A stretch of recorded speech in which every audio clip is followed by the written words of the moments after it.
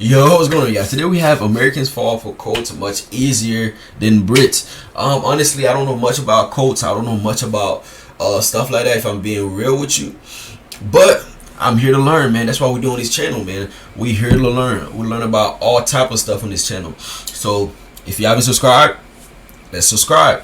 Yeah, man, I ain't gonna talk too much. We're gonna get straight to the video. I'm gonna see why Americans fall for cults much easier than Brits. Let's do it. 6 people have been missing for months, and police now believe they've been lured into an online cult. Let's just be done with it. Let's be done with the agony of it. After 10 years of living in the UK, there's a noticeable lack of them here. But back in America, they are seemingly everywhere. And that made me wonder, are Americans more susceptible to cults? In this episode, I'm diving deep into American versus British attitudes towards cults to help explain why Americans seem to fall for them much more easily. Okay. But before we talk about the numbers of cults in each country or the different cultural attitude towards them, let's define what a cult actually is. Because there's a difference between a cult and something that's cult-ish. A cult is a group with a particular and often dangerously fanatical ideology. The word cult comes from cultus, meaning worship, which is why having a charismatic leader is often an important part of a cult. The recipe of a cult, if you will. There's nothing to follow if there's no leader. Some people argue that all religions are cults, depending on the definition you use, and certainly some religions follow this much more closely, but other characteristics of cults are things like secret knowledge, so you're not publishing your full beliefs openly, and you're relying on secret knowledge between members. Then there's things like toxic behaviors, as well as a degree of authoritarianism from the cult leader. In today's context, if you go to a Church of England service every Sunday and bake bread for the local neighbors and try to fundraise for homeless charities, and you are free to discuss your questions about doctrine and differing beliefs without being shunned, you're part of a religion, or you are religious. On the other hand, if you're part of a group that forces you to shave your head and says that they know the ultimate answer to your salvation as long as you pay increasing amounts of money to gain access to it, and you are banned from communicating with people outside of this group, congratulations, you're in a cult. And then some things are cult adjacent or cult-ish. They don't fit the cult criteria, but the members act brainwashed or unable to consider other options or are overly committed to something. Some people joke, or maybe they're serious, that there's a cult around something like Apple products, for instance, or CrossFit. And then, of course, there are plenty of political cults and things like life coaching opportunities that could be seen as a cult. But I wanted to discover why it seems so much more prevalent in the US than in the UK, and on researching just how many cults each country has, I was right.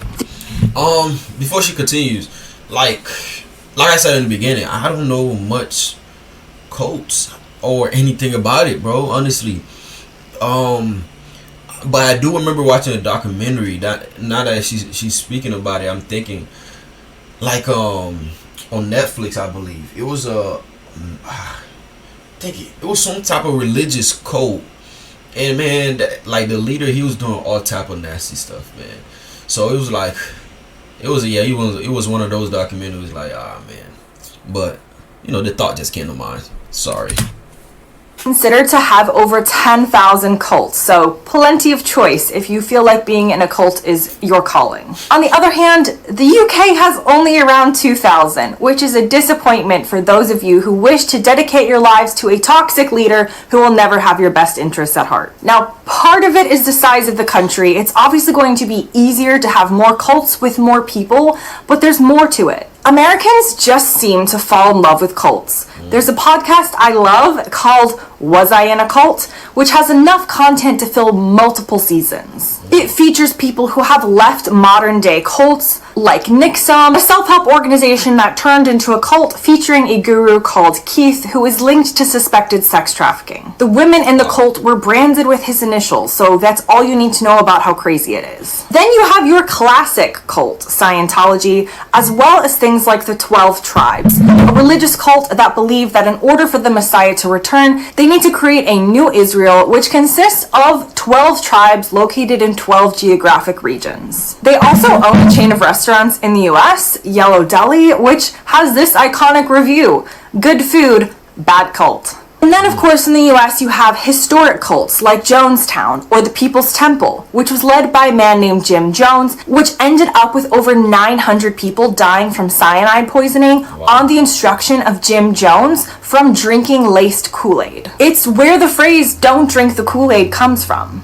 On the other side of the pond, you have UK cults, which are admittedly harder to find, and my internet search history is really weird right now, you guys. They do exist, though. Scientology does exist within the UK. Then you have something like the Universal Church of the Kingdom of God, another religious cult that has ties in the UK. However, the craziness of American cults, like Heaven's Gate, for instance, a cult that believed they needed to leave this earth by their own hand at the same time as a passing comet so they could hop on board the UFO that was behind it, that's harder to find in the UK. But why? And I know that it's easy to just say, bro, I've never heard something like that before. That's crazy. I feel like I'm in a bubble. Like, what? Heavens. Oh, yeah, that's crazy. I've never heard of it. Huh? Yeah, that's crazy. British, well, Americans are crazy, and we're not. But there's more to it. First of all, as I've discussed multiple times before, America is a much more religious country than the UK. Historically, this makes sense. The original European settlers of the US were religious groups like the Puritans, and a history of immigration means that a lot of immigrants brought their religious views with them, including Catholicism and Judaism, and that religion often helps them stay connected in feeling to their homeland. And when I say Americans are more religious, I mean actively participating in religion, rather than just saying you're a Christian because you occasionally show up to the Christmas carol service at the local church. You can define yourself however you want, but the definition of what I'm saying as religious is not that. In the US, over 40% of Americans are in church at least once a month, with a solid 20% attending every single week. In the UK, this is about 5% of the population. And so why does this matter if we're not saying that all religions are cults? So Americans are more religious. Does that necessarily mean they're more culty? Well, yes, in some ways. A quote on Reddit sums it up. It might seem very unusual in some countries, I guess, for someone to declare themselves a preacher and start drawing a congregation of their own. But that's not unusual at all in the US. So there's going to be that tiny number of them that will actually be fronts for wannabe cult leaders. And it can't be denied that in many religions you follow. That's the whole point. Who you're following varies based on the religion, but if you're already primed to show up each week at church to follow this religious leader, it can make people more susceptible to following a cult leader. In America, we are used to this idea of a charismatic person standing on a stage to preach and telling us how to better our lives. And hopefully, and I'm not saying religion is a bad thing, hopefully it stops at that person standing on a stage telling you to love your neighbor and go feed the homeless and have faith in something outside of yourself. But sometimes it doesn't, and people are not necessarily primed to question it when it goes further and into cult territory until it's too late and you find yourself in a cult. In the UK, it may be easier for people to not fall into the trap of cults because there's already a lack of religiousness and the tendency to be okay with following in that sense. Next, you've got some practical reasons why Americans seem to love cults while Brits seem to give them the side eye. Some cults focus on things like salvation of your soul, which is outside of the remit of, like the NHS, but a lack of institutional support within the US is another factor in cults compared to the UK. So in places like the UK and other advanced nations, there is what is known as top-down resources, like universal healthcare, more support for those struggling financially, council housing, etc. America is much more of a free-for-all. It's a great place to be rich and a very bad place to be poor or have health issues or be struggling because you don't have the institutional safety net like other countries do. And often cults will prey on this, not necessarily to give you healthcare or whatever it is, but to help you. Smaller cults might be more like communes where you can... Nah, that's so true though. A lot of time when people fall into stuff like this, the leader know the pain points, where to point to. You feel me? The leader, I'm gonna say that again. The leader know where to get you, where the pain points are. So, for example, a cult leader, if he see you are struggling financially, that's your pain point. That's where he's gonna attack you, and that's where you're most likely to get got at. You feel me? So, and again, if you got health complications, they see that, they're gonna target that pinpoint. They're gonna be like, oh yeah, you got help, we can help. Okay, who doesn't like to be helped? You feel me? And I like how she said it. It's usually people who are less fortunate who falls to those stuff more likely because of those pinpoints. It's like, man, if you need money, follow me. I could help you see the light. I could help you get more money. You feel me? So a lot of times, people who are less fortunate, that's how they begin God. With them free of charge. Another type of cult is an MLM, standing for multi-level marketing. These are hugely popular in the US. Yeah. I know exactly what that is. I've never fall for one of those, but I know a lot of people who has. Honestly, they gonna tell you, oh yeah, if you come under me, you get a percentage. They're gonna give you a percentage of money. Then you gonna have to recruit to get some people under you. But in reality, this person right here, the leader, is the person that's getting all the money, right? He's getting, like, here you get something, but here, because in reality, all these people are under him. So it's like the people who are here, they're gonna be like, them right here, they're gonna be like, yeah, you gotta go recruit so you could get people to be under you so you can start making money. The people on the bottom don't get nothing from this. They get nothing from this. The people on the bottom, they just working hard so he could get rich. You feel me? I know a lot of people who fall for this, man. Who I fell for this in the past. A lot of people. But again, I didn't think it was a cult. But now that she mentioned it, yeah, I think it is a cult. And yes, they are still around, but less so in the UK. 99.6% of people in MLMs will make little to no money, with many of them losing money. But they sell the idea of making money and guilt people into staying because the people at the top are making money off of everyone below, and they're telling you to ignore your friends and family who are warning you that this isn't a good business idea, and to basically cut you off from the rest of your community and to find that community within the MLM so you don't realize you're being scammed. One thing they do also is this. They're gonna be like, do you have any family members? Cause to them, the way they're gonna tell you, they're gonna be like, the first people to get, the easiest people to get is your friend and families, like, to get under you. So they're gonna make you give the phone numbers to your family members, your friends, and they'll call them, contact them, saying like, yeah, to be part of this. And it's like, bro, no, don't do that. I'm telling you, I know a lot, bro. I know a lot of people who fall for this, man.